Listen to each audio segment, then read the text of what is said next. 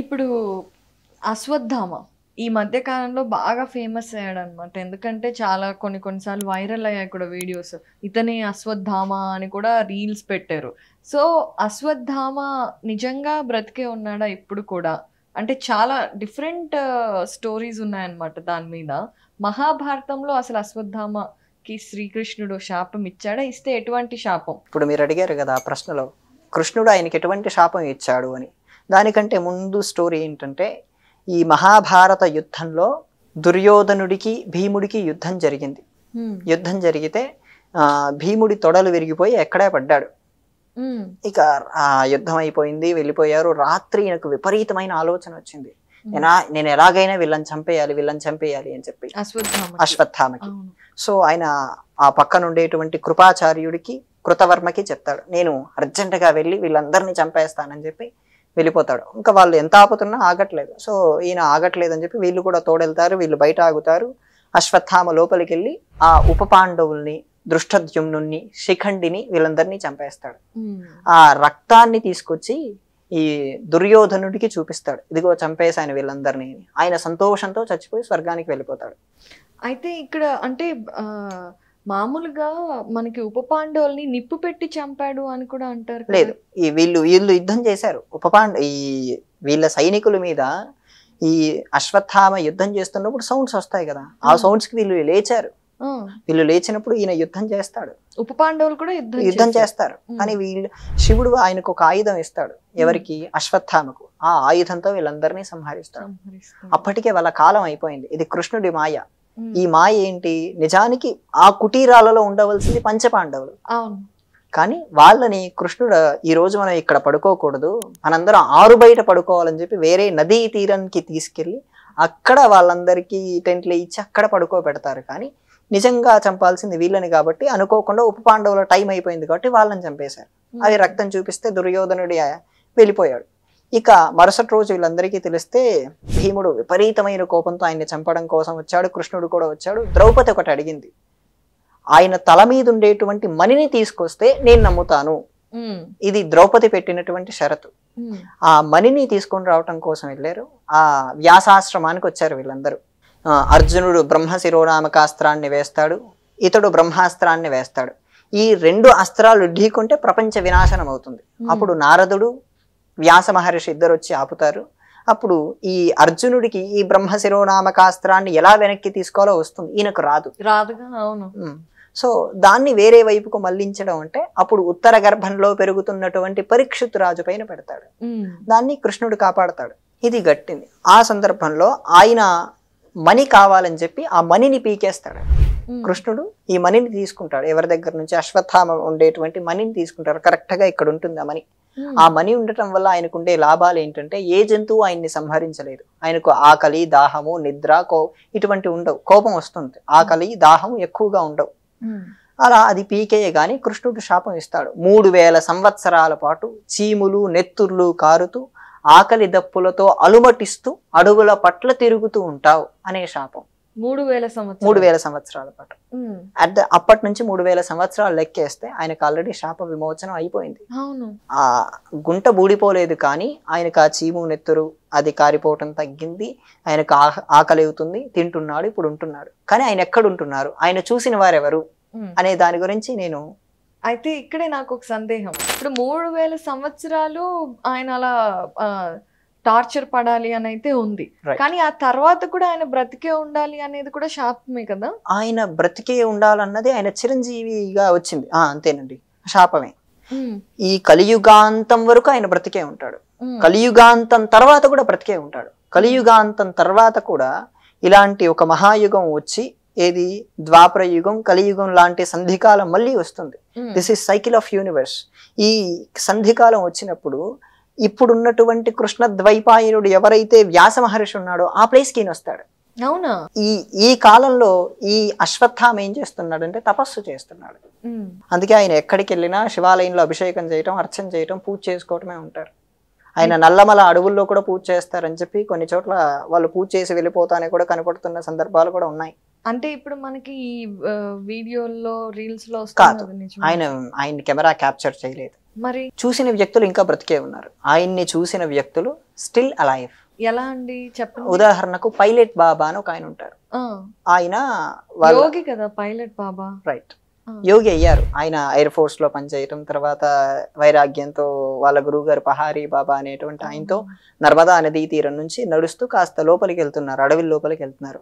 అక్కడ భిల్లులు అనేటువంటి ఒక ఆటవిక జాతి నివసిస్తుంది. వాళ్ళేంటి, ఎవరన్నా వస్తే చంపుకొని తింటాం వాళ్ళ వృత్తి.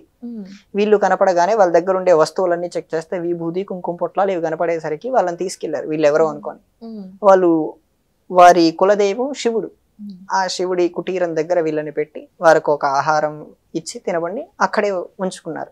వీళ్ళు కొద్ది కాలం పాటు అక్కడ ఉంటుండగా వీళ్ళు ఈ భిల్లులు రోజు వీళ్ళని కలవడానికి వచ్చేవారు. వీళ్ళతో పాటు పొడువాటి పెద్దయిన ఒక ఆజానుబాహుడు కూడా వస్తూ ఉండేవారు. ఈ పైలట్ బాబా గురువు గారు కనిపెట్టలేకపోయారు, కానీ ఈ పైలట్ బాబా కనిపెట్టారు. ఈయనెవరో అసలు గుర్తుపట్టలేని పరిస్థితిగా ఉన్నారు, ఈయనెవరో అని చెప్పి 2 రోజులు గమనించాక గుర్తుపట్టాడు. అది అశ్వత్థామ గమనించి చెట్లలోకి వెళ్ళిపోతున్నాడు.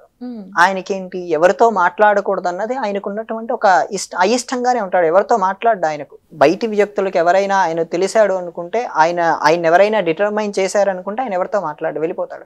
అలా వెళ్ళిపోతున్నప్పుడు ఈ పైలట్ బాబా వెళ్ళి పట్టుకున్నాడు.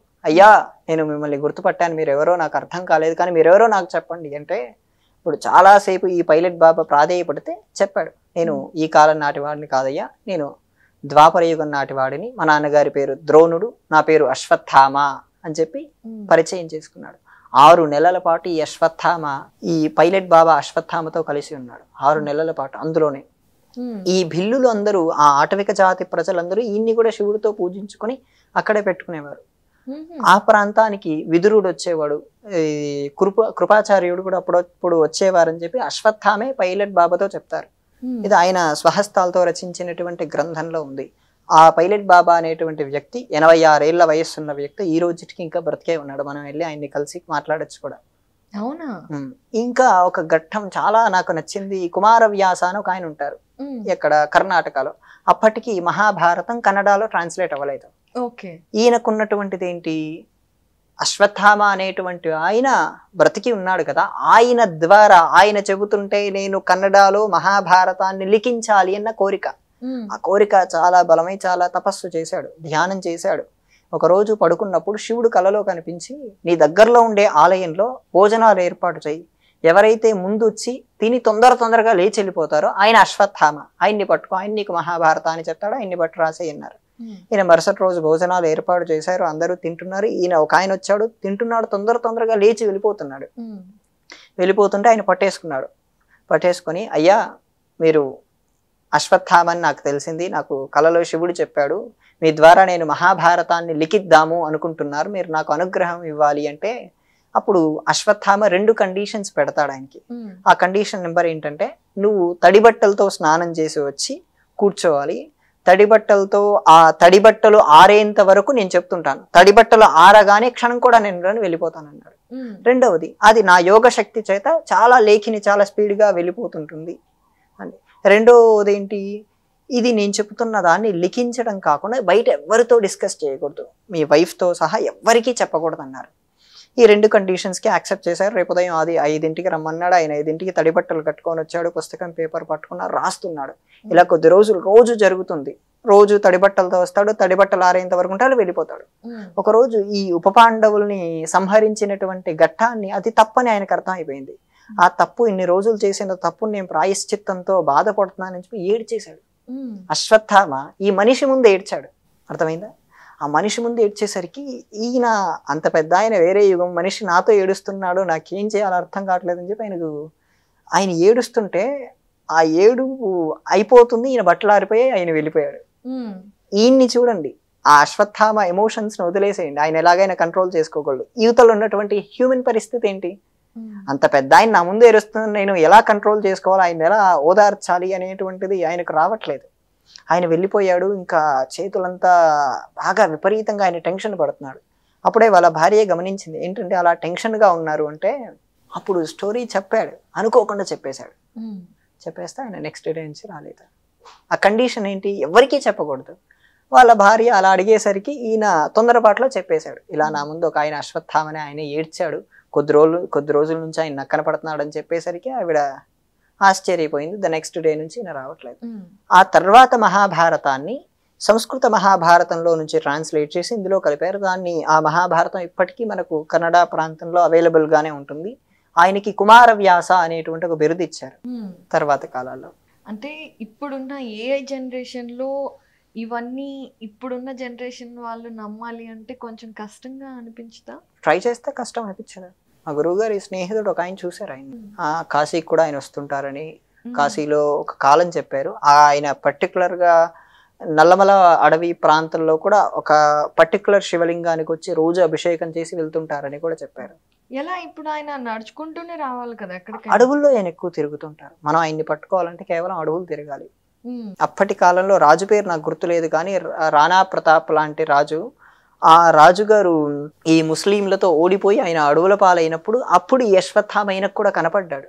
ఈయన కనపడితే ఈ వ్యక్తి ఆయుర్వేదంలో సిద్ధహస్తుడు. వెంటనే ఆయన 10 రోజుల పాటు ఆయనకు వైద్యం చేస్తే తగ్గలేదు. అప్పుడు ఆయన ఆలోచించాడు, మీరు మహాభారత కాలం నాటి అశ్వత్థామ కదా అని అడిగేసరికి ఆయన వెళ్ళిపోయాడు, చెట్లలోకి వెళ్ళిపోయాడు. ఆయనకు ఉండేటువంటిది కృష్ణుడు ఇచ్చినటువంటి శాపం, నువ్వు ఎప్పుడు అడవుల్లోనే తిరుగుతూ ఉండాలి, ఇది ఆయనకున్న శాపం. ఆయన సహజంగా శివారాధకుడు అశ్వత్థామ, అందుకోసం ఆ శివారాధన చేస్తూ అడవుల్లోనే తిరుగుతూ ఉంటాడు. So if you want to find out Ashwatthama, you have to try in jungle.